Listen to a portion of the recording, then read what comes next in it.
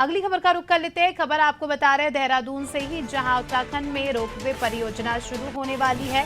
परियोजना को जल्द ही धरातल पर उतारा जाएगा। कुमाऊं क्षेत्र में रोपवे बनाए जाने का प्रस्ताव है। कई और स्थानों पर भी ये योजना जो है, इस योजना के तहत रोपवे बनाए जाएंगे। परियोजना की प्रक्रिया जून में चालू हो सकती है। तो कब तक ये परियोजना की प्रक्रिया चालू होगी और जहां जहां पर भी रोपवे बनाए जाएंगे वहां किन बातों का ध्यान रखा जाएगा, तमाम बातों को समझने की कोशिश करेंगे। हमारे सहयोगी सोनू हमारे साथ लगातार जुड़े हुए हैं। सोनू, जिस तरह से हम बात करते हैं उत्तराखंड की पर्वतीय क्षेत्र है, तो ऐसे में एक जगह से दूसरी जगह जाना अपने आप में एक बड़ा चैलेंज हो जाता है। अगर डिस्टेंस की बात हो, अगर पहाड़ों की बात हो, तो ऐसे में रोपवे एक बहुत अच्छा साधन होता है। और इसी बात को ध्यान में रखते हुए बताया जा रहा है कि जल्द ही उत्तराखंड में रोपवे योजना शुरू होगी। इस योजना से जुड़ी क्या कुछ जानकारी है? किन क्षेत्रों को इस योजना के तहत जोड़ा जाएगा और किन बातों का ध्यान रखा जाएगा? देखिए, उत्तराखंड में रोड कनेक्टिविटी के साथ साथ अब सरकार ये भी प्लान कर रही है कि जो आने वाले समय में रोपवे परियोजना है, इसको गंभीरता से धरातल पर उतारा जाए और इसकी प्रक्रिया भी आने वाले समय में हम शुरू होती हुई देख पाएंगे।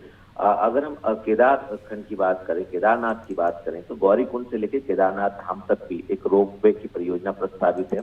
और जो सिखों का पवित्र धार्मिक स्थल है हेमकुंड साहिब के क्षेत्र में भी रोपवे परियोजना प्रस्तावित है। इसके अलावा कई ऐसे क्षेत्र हैं कुमाऊं से लेकर गढ़वाल तक जहां पर रोपवे की जो योजना है वो प्रस्तावित है। अब ऐसे में खास तौर पर अब कुमाऊं क्षेत्र में जो केंद्र की पर्वतमाला परियोजना है उसके तहत तकरीबन 39 ऐसे रोपवे बनाए जाने का प्रस्ताव है, जिनकी कवायद आने वाले समय में हम शुरू होता हुआ देख पाएंगे। केदारखंड की तरह ही हम कहें कि जो मानस खंड कॉरिडोर है, इसके विजन को पूरी तरह से धरातल पर उतारने के लिए सरकार आने वाले समय में और खास तौर से जो कुमाऊं क्षेत्र के धार्मिक स्थल हैं और जो पर्यटक स्थल हैं, इन सभी स्थलों को जहां जहां पर रोपवे की परियोजना प्रस्तावित है, इनको एक नई पहचान दिलाने के उद्देश्य से इस तरह के प्रयास करेगी। और जो अवस्थापनाएं हैं, इनकी जो व्यवस्थाएं अवस्थापनाओं की, इनको धरातल पर उतारेगी। तो